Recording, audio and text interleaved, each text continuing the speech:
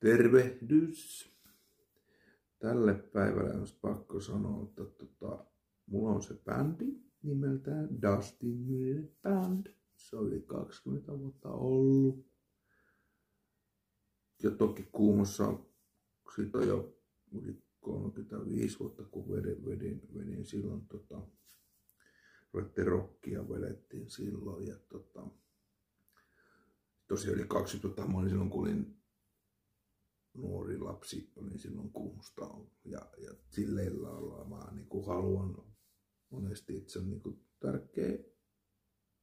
5 kertaa vuodessa käyn Kuumossa.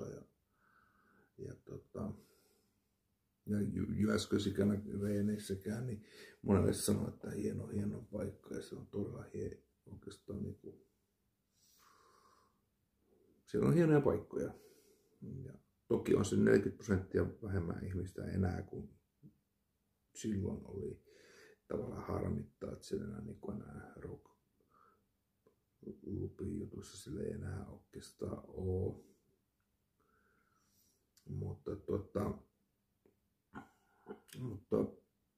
tavallaan sitten, että olisi kyllä kiva Kuumossa vielä käydä itsekin vielä vetää sit joskin, jos siellä saisi niinku keikan vielä. Mutta toivottavasti se kuumolaisetkin niin vielä haluaisi kuunnella minun bändejä ja biisejä siis tarkoitan. Ja kyllä mä niinku kuumolainen jollain lailla oon. Olisi se kiva kerran vielä käydä vetää rock and rollia. Kyllä Kajaanissakin voisi vetää vielä kerran.